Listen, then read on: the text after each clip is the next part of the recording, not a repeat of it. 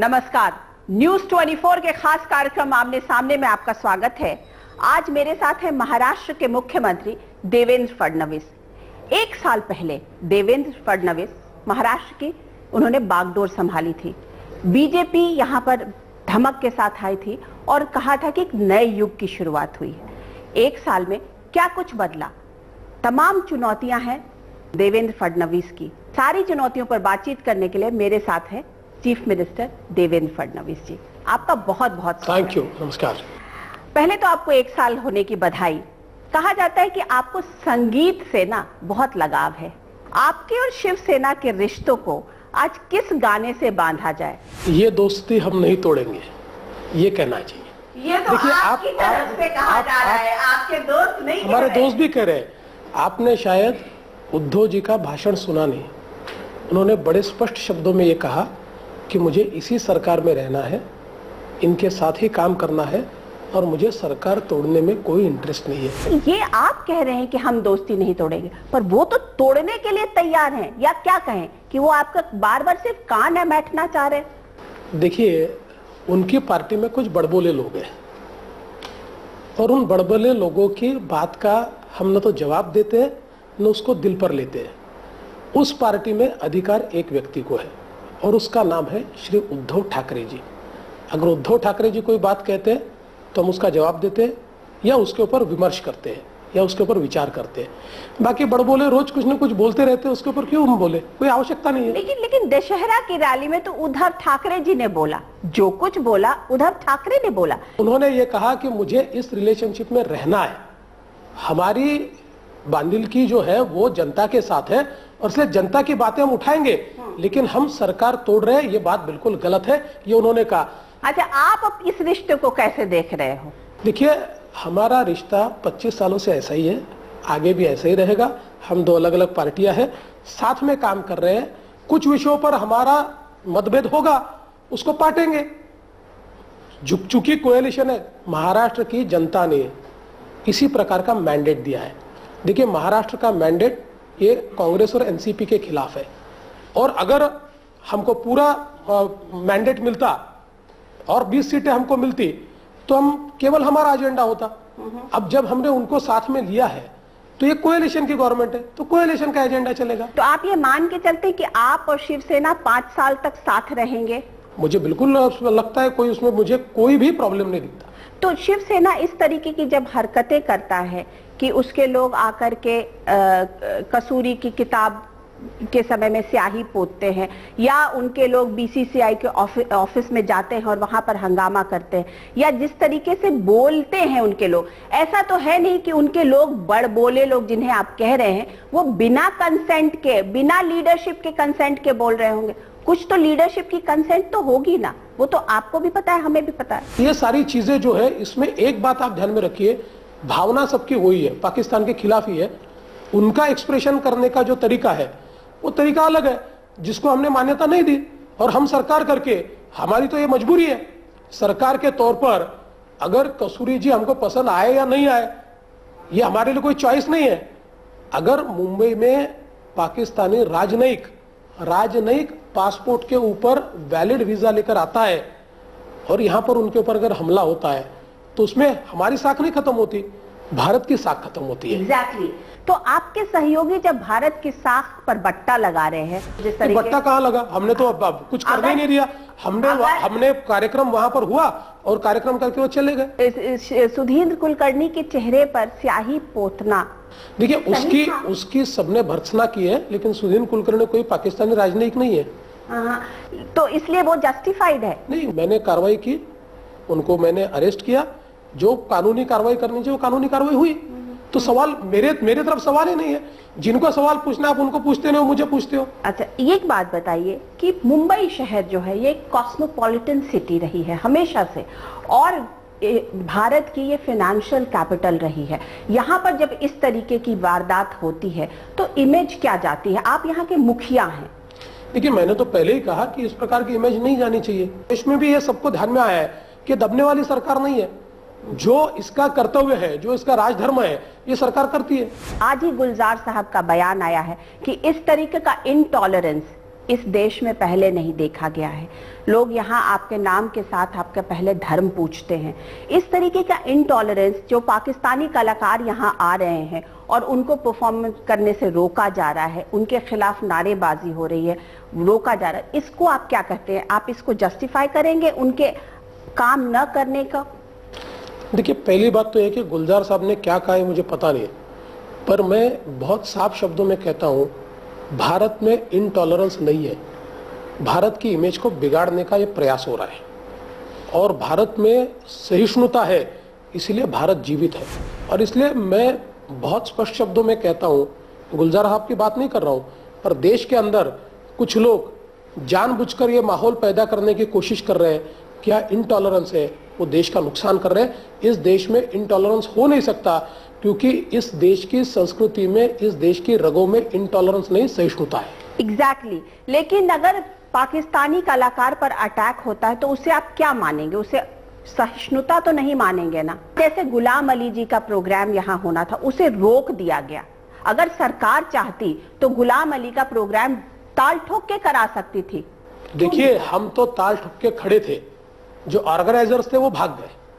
हमने तो स्पष्ट शब्दों में कहा था गुलाम अली जी का प्रोग्राम होगा। गुलाम अली जी किस लिए आए थे? जगजीत सिंह जी को श्रद्धांजलि देने के लिए आए थे, कोई पाकिस्तान का गुणगान करने के लिए नहीं आए थे। और जगजीत सिंह, जिन्होंने गजल सम्राट के रूप में करोड़ों भारतीयों के मन पर राज किया है, उनको श्रद्धांजलि देने के लिए गुलाम अली जी जैसा एक गजल गायक आता है और उसका कार्यक्रम नहीं होता, ये ठीक बात नहीं है। देखिए, कलाकार जो होते हैं, कलाकारों को कोई बाउंड्रीज नहीं होती। हाँ, अगर कल कोई ये दिखा दे कि गुलाम अली जी भारत विरोधी कार्रवाइयों में है, तो मैं भी उनका कार्यक्रम नहीं होने दूंगा। लेकिन आप एक फोन उठा करके उद्धव ठाकरे जी को बोल सकते थे कि मुंबई के लिए, महाराष्ट्र के लिए इस तरीके की खिलाफत नहीं करनी चाहिए, क्योंकि आपका तो भाईचारा है, आपके सहयोगी हैं वो। देखिए, अगर ये आयोजक कुछ समय रुक जाते तो इनका कार्यक्रम हम ठीक से करवा देते। उन्होंने इतनी जल्दबाजी की, आयोजकों ने डर गए होंगे। डर गए होंगे तो उन्होंने सरकार के पास आना चाहिए, वो नहीं आए। देखिए, ऐसा नहीं हुआ। मुझे पता है उन आयोजकों में एक व्यक्ति ये शिवसेना से संबंधित भी था, उसका कहीं ना कहीं संबंध आया था, वो सीधा उठाकर उनको ले गया, उन्होंने उनसे बातचीत की और उन्होंने फैसला किया कि हम इसको नहीं करेंगे। हमारा तो आज भी कहना है कि कोई गुलाम अली का कार्यक्रम यहाँ करता है, कोई गुलाम अली का कार्यक्रम यहाँ करना चाहता है तो हम उसको करवाएंगे। 3 चीजें ऐसी हो गई जिसमें लगता है कि आपको शायद पता नहीं है, आपने शायद देखा नहीं। मैंने तुरंत उसके ऊपर रिएक्शन दिया और मैंने कहा आज भी अगर आयोजक उसको करना चाहते हैं तो सरकार तैयार है। ये बताइए कि अगर इस रिश्ते में, आपके और शिवसेना के रिश्ते में कोई और खटास आती है, तो क्या आपके पास ऑल्टरनेटिव प्लान क्या है? आप अपनी सरकार को कैसे बचा के चलेंगे? देखिए, ये तो बड़ा हाइपोथेटिकल क्वेश्चन हो गया। नहीं, ये सवाल इसलिए क्योंकि बहुत सारे लोग ये कह रहे हैं कि आपके और एनसीपी के रिश्ते करीब आ रहे हैं। देखिए, प्रधानमंत्री जी बारामती गए, अरुण जेटली जी बारामती गए, उन्होंने कहा बारामती मॉडल जो है उसे देखना चाहिए। मैं आपको साफ शब्दों में कह देना चाहता हूँ, एनसीपी के साथ हमारा कोई गठबंधन नहीं है, कोई गठबंधन होने की आवश्यकता नहीं है और होने के आसार भी नहीं है। और मैं आपको बहुत साफ शब्दों में कह देता हूँ, मेरी सरकार 5 साल चलेगी, पूरे 5 साल कंप्लीट करेगी और वापस चुन के आएगी। लेकिन आप ये तो शिवसेना को, उद्धव ठाकरे को बोल सकते कि अपने बड़बोले लोगों को चुप कराइए, चाहे वो संजय राउत हो या और भी उनके लोग हों। जिस तरीके की बातें करते हैं कि शिवसेना तो बाप है, उसके आगे सबको झुकना पड़ेगा, तो इस तरीके की बातें तो आप कम करवा सकते हैं। उनकी पार्टी और हमारी पार्टी में क्या होना चाहिए मैं कह सकता हूँ, उनकी पार्टी में क्या होना चाहिए वो उन्होंने तय करना चाहिए। लेकिन एजेंडा हाईजैक करते हैं वो। अगर प्रदेश के डेवलपमेंट का एजेंडा वो हाईजैक करते हैं तो रोक सकते हैं ना। आप यहाँ के मुखिया हैं। कोई एजेंडा हाईजैक होता नहीं है। ये तो देखिए होता क्या है, एक सामना पेपर में लिखा जाता है, हमने तो तय कर लिया वो पेपर है, पेपर के ऊपर हम रिएक्शन देते नहीं है। उस पेपर को कितने लोग पढ़ते होंगे? 50,000, 1 लाख, जो भी पढ़ते होंगे, जो भी उसकी रीडरशिप होगी, उसको बड़ा तो आप लोग कर देते हैं। आप लोग उसको दिखाते हैं कि ये शिवसेना ने कहा, वो शिवसेना। भाई, शिवसेना को जो कहना है उद्धव जी हमसे कहते हैं, हम पेपर के माध्यम से बातचीत नहीं करते। लेकिन शिवसेना और आपके रिश्ते बहुत अच्छे हैं, प्रगाढ़ हैं, ये कहा जा सकता है। हमारे रिश्ते अच्छे। अच्छे हैं। बिल्कुल। वर्किंग रिलेशनशिप या क्लोज रिलेशनशिप? देखिए, अब ये लिव इन रिलेशनशिप है या वर्किंग रिलेशनशिप है या शादी हुई है या डाइवोर्स हुआ है, ऐसे तो आका नहीं जाता जी। लेकिन हम साथ में काम कर रहे हैं। आप लिव इन में तो हैं, आप भले डिनाई कीजिए, लेकिन आप लिव इन रिलेशनशिप में तो हैं। कैबिनेट में हम सारे फैसले एक मत से करते हैं, जिसमें हमारे और उनके मिनिस्टर गवर्नमेंट के रूप में वहां पर फैसले लेते हैं। ये बताइए कि शिवसेना ने बोला कि हम चाय पर चर्चा करते हैं, हम दाल पर चर्चा करें, हम महंगाई पर चर्चा करें, तो हम दादरी पर क्यों चर्चा कर रहे हैं, हम इस पर क्यों, हम बीफ पर क्यों चर्चा कर रहे हैं? देखिए, मुझे ये लगता है दादरी निश्चित रूप से नेशनल डिबेट का इशू हो सकता है, लेकिन बीफ से ही दादरी हुआ है। देखिए, उसको आप एक विषय को जोड़कर आप हर चीज को उसी के इर्द गिर्द बुनोगे, ये ठीक नहीं है। देखिए, दादरी में जो घटना हुई बहुत गलत घटना हुई, उसकी भर्त्सना प्रधानमंत्री जी ने की है। सबसे मुझे आश्चर्य लगता है, और मैं तो बहुत साफ शब्दों में कहता हूं, देखिए ये तो गलत ही घटना हुई है, पर यह घटना अगर किसी बीजेपी रूल स्टेट में होती ना, आप लोग हमको फांसी पर लटका देते, होनी कहीं नहीं चाहिए। लेकिन अगर खट्टर जी वहां पर जिस तरीके से दलितों के लिए बात करी, आप वीके सिंह का बयान ले लीजिए, अब कि मीडिया ने थोड़ी वीके सिंह का बयान ले लिया, उन्होंने, प्रॉब्लम तो यही है कि आपको लगता है कि आपके यहाँ के लोग कुछ ज्यादा बोल जा रहे हैं। देखिए, हमारी पार्टी के अध्यक्ष ने बड़े साफ शब्दों में ये कहा है कि जब हम बोलते हैं तो हमारे बोलने के ऊपर संयम होना चाहिए। जिनकी बातों का गलत अर्थ गया है या जिनकी बातों से लोग आहत हुए, पार्टी के अध्यक्ष ने उनको बुलाकर स्पष्ट शब्दों में उनको कहा है कि ये चलेगा नहीं पार्टी में, और मुझे ऐसा लगता है कि पार्टी इसके बारे में बहुत जागरूक है। सिर्फ महंगाई पर आते हैं, और खास करके महाराष्ट्र में जिस तरीके से आत्महत्याएं रुक नहीं रही हैं, लोगों को ये लगा था कि बीजेपी के आने के बाद जो नई सरकार आई है शायद इस पे कुछ कंट्रोल होगा, महंगाई पे भी कंट्रोल होगा और किसानों की आत्महत्या भी रुकेंगी।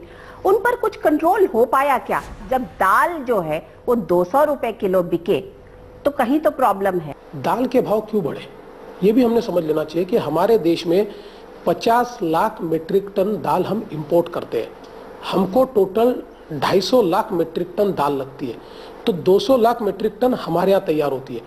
इस बार के क्रॉप फेलियर के कारण हमारे यहाँ पर एक बड़ी गैप तैयार हुई है, और उस गैप के कारण आज दाल नहीं है और इसलिए भाव बढ़े।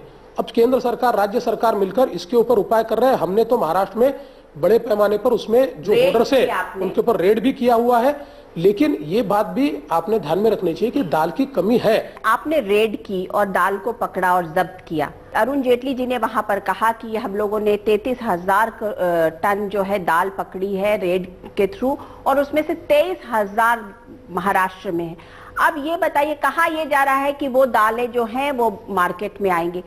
सुना मैंने कि लोग उठा के लेके जा रहे हैं, उसमें चोरी हो रही है, वो ऐसे ही बाहर पड़े हुए हैं, तो फिर उनका फायदा क्या? इतना रेड और ये सब करने का फायदा क्या? देखिए, दाल कहीं पर भी बाहर पड़ी हुई नहीं है, सारी गोदामों में है, गोदाम के गोदाम सील किए हुए हैं, और इसलिए वो पूरी सेफ है। हाँ, ये बात जरूर है कि इसमें एक प्रोसेस है, और इसलिए हमने केंद्र सरकार को निवेदन किया है कि हमको उस प्रोसेस में से छूट दी जाए और तुरंत ये दाल रेगुलेटेड प्राइस पर मार्केट में कैसी आए। मुझे एक्सपेक्टेड है कि आने वाले 2-3 दिनों में कुछ फैसले केंद्र सरकार करेगा। चलिए, आपने दूसरी बात कही, पूरा बात सुन लीजिए। आपने दूसरी किसान आत्महत्या वाली बात कही, उसमें भी मैं आपको बता देना चाहता हूं। देखिए, किसानों की आत्महत्या का कारण क्या है? इसका कारण यह है कि उसकी खेती को पानी नहीं मिलता, उसको इलेक्ट्रिसिटी नहीं मिलती, उसको आज हमने क्या किया ये भी मैं आपके माध्यम से दर्शकों तक पहुंचाना चाहता हूं। हमारी सरकार ने डिस्ट्रीब्यूटेड वाटर स्ट्रक्चर्स की जलयुक्त शिवार योजना तैयार की। आपको मुझे बताना चाहिए कि हमने 1 साल के भीतर 1 लाख से ज्यादा डिस्ट्रीब्यूटेड वाटर स्ट्रक्चर्स तैयार किए। इसमें 24 टीएमसी पानी आज रुका है, जबकि हमारे यहाँ डेफिसिट कितना है? केवल 50% बारिश हुई है महाराष्ट्र में, और हम 3 सालों से सूखे में, पूरे सूखे में। और 24 टीएमसी पानी का अर्थ क्या है? 6 लाख हेक्टेयर जमीन को सिंचाई दी जा सकती है, इतना पानी रुका है। और इसके लिए हमको 1400 करोड़ रुपया खर्चा आया, 300 करोड़ रुपया हमको जनता ने दिया। अब आप इसको पिछली सरकार से कंपेयर करेंगे तो 24 टीएमसी पानी को जमा करने के लिए पुरानी सरकार को 7 साल लगते थे। सुन लीजिए, जो उसका खर्चा होता था एस्टिमेटेड कॉस्ट 8,000 रुपया और एक्चुअल कॉस्ट 14,000 करोड़ रुपया। किसानों की आत्महत्या रुकेगी? दूसरा हमने क्या किया, किसानों को 5-5 साल से पैसे भरे थे लेकिन उनको इलेक्ट्रिक कनेक्शन नहीं मिलते थे। एक साल में 1 लाख कनेक्शन हमने दिए और हम पूरा पेड पेंडिंग 5 साल से जो पेड पेंडिंग था ये अगले साल के जून तक पूरा करेंगे। देखिए आज एक और ये सारी परिस्थितियां हैं, दूसरा 3 सालों से सूखा है, उसको कुछ भी मिल नहीं रहा।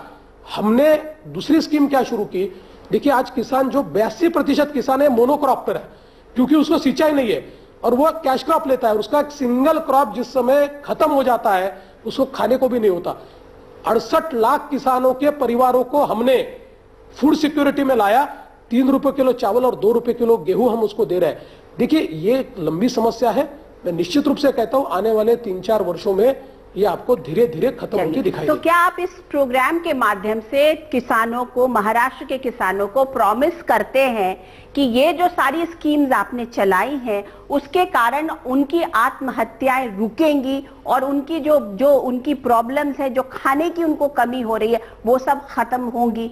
मैं आपके माध्यम से महाराष्ट्र के किसानों को अपील करता हूं, नई सरकार ने कई इनिशिएटिव लिए हैं जो किसानों ने देखे हैं। आज किसान खुद 300 करोड़ रुपया कंट्रीब्यूट करके सरकार के ऊपर विश्वास दिखा रहा है, परिस्थितियां बदल रही है। ये बात ठीक है कि मौसम ने इस साल भी हमसे दगा किया है और बड़ा सूखा है, लेकिन सरकार कहीं पर भी पीछे नहीं रहेगी और आने वाले 2-3 सालों में सारी परिस्थितियां हम बदलेंगे। और मैं किसानों से ये निवेदन आपके माध्यम से करता हूं, कृपया आत्महत्या मत कीजिए, सरकार आपके साथ खड़ी होगी। ये बताइए कि आपकी इमेज तो बहुत साफ सुथरी है, लेकिन आपके कुछ कैबिनेट कलीग्स के ऊपर तमाम स्कैंडल्स 1 साल के अंदर ही आने लगे, ऐसा क्यों? देखिए जब हमारे खिलाफ कुछ मिलता नहीं है तो चीजें मैन्युफैक्चर की जाती है और जिनके ऊपर आरोप लगे, एक भी आरोप विपक्ष सिद्ध नहीं कर पाया। वो कोर्ट में गए, वहां पर भी अभी तक वो सिद्ध नहीं कर पाए। लेकिन कहते हैं कि महाराष्ट्र में जिस तरीके का पहले करप्शन था उस करप्शन में बहुत कमी नहीं आई है, कोई आपके ऊपर कोई क्वेश्चन नहीं करता है, लेकिन जो और बाकी मंत्रीगण हैं और विधायकगण हैं सब लोग ये क्वेश्चन क्यों करने लगे हैं, इस तरीके की बातें क्यों आने लगी हैं? नहीं, मुझे ऐसा लगता नहीं है। करप्शन के खिलाफ हम लोगों ने बहुत, देखिए 800 से ज्यादा लोगों को, और मैं तो कहता हूँ रिकॉर्ड होगा, 800 से ज्यादा लोगों को हमने सस्पेंड किया है, 50 से ज्यादा लोगों को हमने डिसमिस कर दिया है और इतनी फास्ट करप्शन के ऊपर कार्रवाई हमारे यहाँ हो रही है, एक डिटेरेंट उसका हमने खड़ा कर दिया है। देखिए सिस्टम एक दिन में तो नहीं बदलती, 15-15 साल तक जिन लोगों को ये आदतें लगी हो कि उनके आका बिना पैसे के बात ही न करे तो एक दिन में वो बदलेंगे नहीं, लेकिन जिस प्रकार से हम एक डिटेरेंट खड़ा कर रहे हैं, लोग बदल रहे हैं। एक गवर्नेंस का मॉडल अरविंद केजरीवाल का मॉडल है, आप उस मॉडल को कैसा समझते हैं? मुझे ऐसा लगता है कि कोई ये मूल्यमापन का समय भी नहीं है, उनका अपना मॉडल है, हम अपने मॉडल से चलते हैं। तो देवेंद्र फडणवीस का गवर्नेंस का क्या मॉडल है? मैं इस पे ये सवाल पूछ रही हूँ, आपका क्या मॉडल? देखिए मेरा मॉडल बिल्कुल साफ है, हम लोगों तक गवर्नेंस को पहुंचाना चाहते हैं और इस मॉडल में हमने राइट टू सर्विस एक्ट ये तैयार किया है। हमारी सरकार ने एक पोर्टल तैयार किया है, आपले सरकार, जिसको देश का सर्वोत्तम पोर्टल करके माना गया। 12,000 लोगों ने इसके ऊपर कंप्लेंट्स की, उसमें से 9,000 लोगों की कंप्लेंट्स हमने पूरी तरीके से छुड़ाई। Rate of satisfaction is 88%। और बीएमसी आपके हाथ में नहीं है और वहां का करप्शन सबको पता है। देखिए बीएमसी में भी जिस प्रकार से वहां के कॉन्ट्रैक्टर्स ने पिछले समय नाला सफाई में बदमाशी की, हम उसमें पीछे नहीं रहे और शिवसेना को भी हमने कहा और दोनों ने हमने मिलकर फैसला किया। हमने उसके ऊपर सीधे इंक्वायरी बैठाई और इंक्वायरी में जो तथ्य सामने आए, मैं आपको कह देना चाहता हूं कि हम उसमें निश्चित रूप से पुलिस कंप्लेंट करेंगे और उसमें कार्रवाई होगी। रास्तों में भी एकदम स्ट्रिक्ट हमने नॉर्म्स दे दिए। ठीक है, कॉर्पोरेशन तो अपना काम करती है, कॉर्पोरेशन चलती है, हमारा काम यह है कि वहां पर जो आयुक्त भेजा जाता है वो सरकार का होता है, तो हम उस आयुक्त को ये कहते हैं कि भाई ट्रांसपेरेंसी आप इंश्योर कीजिए। बाकी हमको किसी भी कॉर्पोरेशन में, लोकल बॉडी में हस्तक्षेप करने की आवश्यकता नहीं है, वो करना भी नहीं चाहिए, लेकिन जहां ट्रांसपेरेंसी से कॉम्प्रोमाइज होगा वहां पर हम निश्चित रूप से कार्रवाई करेंगे। कल परसों एक खबर आई थी कि वो कोई आरटीआई के माध्यम से कि आपने जो है वो 8 लाख रुपए जो थे वो किसानों की सहायता कोष के, उसमें आपने बैंकॉक में डांस के लिए भिजवा दिया। तो इस तरीके की खबर आती है तो फिर वही बात है, प्रिकिंग तो होती होगी ना। दुख होता है कि कितनी झूठी खबरें फैलाई जा सकती है। देखिए, मुख्यमंत्री सहायता कोष के 5 अलग अलग अकाउंट्स हैं। इसमें से एक अकाउंट ये सूखे का है, एक अकाउंट जलयुक्त शिवार का है, और एक अकाउंट ऐसा है कि जिस अकाउंट में 8 प्रकार के काम उसमें होते हैं, 25% उसमें से जो पैसा है ये सांस्कृतिक कार्यक्रमों के लिए उसमें रखा हुआ है। देखिए, महाराष्ट्र सरकार के कुछ कर्मचारी हैं, उन कर्मचारियों का सिलेक्शन ये परफॉर्मिंग आर्ट फेस्टिवल में जो बैंकॉक में हो रहा है वहां पर हुआ। वो कर्मी मेरे पास आए और उन्होंने बहुत साफ बात कही कि देखिए, हम चूंकि सरकारी कर्मी हैं, हम स्पॉन्सरशिप नहीं ले सकते, हम हॉस्पिटैलिटी भी नहीं ले सकते। वो अगर लेंगे तो कोई हमारी कंप्लेंट करेगा और हमारे ऊपर कार्रवाई होगी। और हमको इतना अच्छा ये अवसर मिला है तो सरकार ने हमको इसमें मदद करनी चाहिए। अब इसमें दूसरा कोई फंड नहीं होता, और इसलिए मुख्यमंत्री सहायता निधि में 25% पैसा इस वाले अकाउंट में, जिसमें 60 करोड़ रुपया है जो पड़ा हुआ है, जिसको हमने इस्तेमाल नहीं किया, उसमें से 8 लाख रुपया इन सरकारी कर्मियों को हमने दिया। अभी देखिए, उनको भी पता था कि अलग अलग अकाउंट होते हैं, ये अकाउंट में इस प्रकार का रिजर्वेशन है, इसमें से इस चीज को दिया जा सकता है, पर वो अगर बताते तो खबर थोड़ी होती। आपको ये लग रहा है कि आप जब से मुख्यमंत्री बने तब से आपके ऊपर बहुत धावा हो रहा है मीडिया का, ऐसा कुछ नहीं है? नहीं, वो कोई, मैं इसकी चिंता नहीं कर रहा। देखिए, हम तो मीडिया के लिए थोड़ी काम करते हैं जी, जनता के लिए काम करते हैं। और देखिए, मीडिया का अपना काम है, मैं कोई मीडिया की शिकायत नहीं करता, मीडिया अपना काम करती है। और जो लॉ एंड ऑर्डर के लिए महाराष्ट्र के लिए माहौल जो है वो खराब हो रहा है, तो उसके लिए आप क्या, ये है कि दोनों, चाहे वो किसी भी धर्म के हो, वो किसी भी जात के हो, आप राष्ट्र धर्म, अपने धर्म पर, राज धर्म पर खड़े रहेंगे? बिल्कुल रहेंगे जी, सवाल ही नहीं उठता। देखिए, मैं आपको एक बात साफ बताता हूँ, जिस विचारधारा को मैं बिलोंग करता हूँ वो विचारधारा ने मुझे केवल राष्ट्रवाद सिखाया है। और मैं जातिवाद नहीं कर सकता, मैं धर्मवाद नहीं करता, मैं राष्ट्रवाद करता हूँ। चाहे हिंदू हो, चाहे मुस्लिम हो, चाहे कोई और हो, सबको समभाव मिलना चाहिए, सही ट्रीटमेंट मिलनी चाहिए, ये हमारा मानना है। तो आप, चाहे वो सनातन धर्म हो, संस्था हो, या वो MIM हो, अगर लॉ एंड ऑर्डर पर आएगी तो आप दोनों को ठोक के पीटेंगे? बिल्कुल 100% पीटेंगे जी, क्यों नहीं। मैंने पीटेंगे ये बहुत गलत शब्द है, जो कार्रवाई करनी है कानूनन बिल्कुल करेंगे जी, 100% करेंगे। दोनों, कोई भी हो। चूंकि आप नागपुर के हैं और एक आप संघ की विचारधारा के हैं, लोग कहते हैं कि संघ का सरकार के कामकाज पर बहुत प्रभाव पड़ने लगा है। देखिए, मुझे तो बड़ी हंसी आती है, क्योंकि इतने सालों से मैं संघ में हूँ, अलग अलग पदों पर रहा हूँ, आज 1 साल से मुख्यमंत्री हूँ। संघ कभी बात ही नहीं करता, ये करिए या वो करिए। संघ की अपनी विचारधारा है, वो अपना काम करते रहते। सरकार में हस्तक्षेप का सवाल ही नहीं उठता। कभी भी संघ की ओर से कोई इनडायरेक्ट मैसेज भी नहीं आता। संघ का राजनीति से कोई संबंध नहीं है। ये जब परसेप्शन में देखता हूं ना कि नागपुर से रिमोट कंट्रोल चल रहा है और यहां से बात निकली है, तो बड़ी हंसी आती है जी, उनके विचारों पे हंसी आती है। लेकिन आपको लगता है कि आप उनकी कुछ बातों को आगे लेके चलेंगे राज्य के कारण में, जिसको आप क्यों नहीं ले जाएंगे? देखिए, संघ ने क्या सिखाया है? संघ ने भारतीयता सिखाई है और संघ ने राष्ट्रीयता सिखाई है।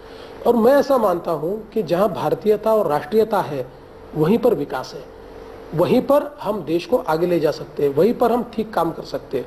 और इसलिए संघ की ये विचारधारा राष्ट्रीयता की, भारतीयता की हम आगे ले जाएंगे। आमने सामने में बातचीत करने के लिए आपका बहुत बहुत शुक्रिया। Thank you. तो ये थे महाराष्ट्र के मुख्यमंत्री देवेंद्र फडणवीस आमने सामने में। मैं अनुराधा प्रसाद किसी और पर्सनालिटी के साथ आपसे फिर मिलती हूँ, तब तक के लिए नमस्कार।